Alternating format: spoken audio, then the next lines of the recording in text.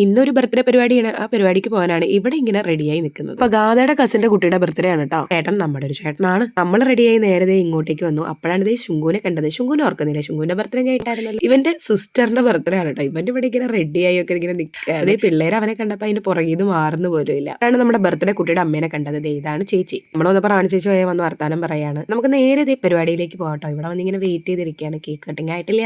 Cake cutting ആണല്ലോ main. അപ്പൊ നമ്മളിതേ പിള്ളേരെ നോക്കി ഇങ്ങനെ ഇരിക്കുന്നു. അപ്പൊ ഗാഥ തിരക്കൊക്കെ കഴിഞ്ഞ് ഞങ്ങളുടെ അടുത്ത് വന്നിരുന്ന് വർത്താനം ഒക്കെ പറയാണ് കേട്ടോ. അപ്പൊ നമ്മുടെ ബർത്ത്ഡേ കുട്ടീനെ കാണണ്ടേ. ഇതാണ് നിക്കി ചേട്ടനും കുട്ടിയും ചേച്ചിയും. നന്നു, ഞങ്ങള് നന്നു എന്ന് വിളിക്കും. രുദ്രദീപ്ത അതാണ് പേര്. പക്ഷെ നമുക്ക് നന്നു എന്ന് വിളിക്കുന്നതാണല്ലോ ഇഷ്ടം. അങ്ങനെ ബർത്ത്ഡേ കേക്ക് കട്ടിങ് ആണ്.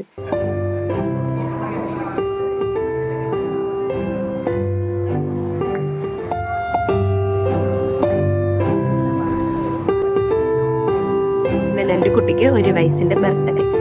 അങ്ങനെ കേക്ക് കട്ടിംഗ് ഒക്കെ കഴിഞ്ഞപ്പോൾ ഇവന്മാർക്ക് വേഗം കൊണ്ട് നന്നൂന് ഗിഫ്റ്റ് കൊടുക്കണം, അല്ലെങ്കിൽ പിന്നെ അത് തുറന്നു നോക്കാനൊക്കെ തോന്നും. ഇങ്ങനെ അത് കൊടുത്തു കഴിഞ്ഞപ്പോൾ അവന്മാര് ഹാപ്പി, നന്നു ഹാപ്പി. ഫുഡൊക്കെ കഴിച്ചു. ഫുഡൊന്നും കഴിക്കുന്ന ആ തിരക്കിൽ ഞാനങ്ങ് വീഡിയോ എടുക്കാൻ മറന്നുപോയി ഗൈസ്. അപ്പൊ ഇത്രയൊക്കെ ഉള്ളൂ. Bye bye.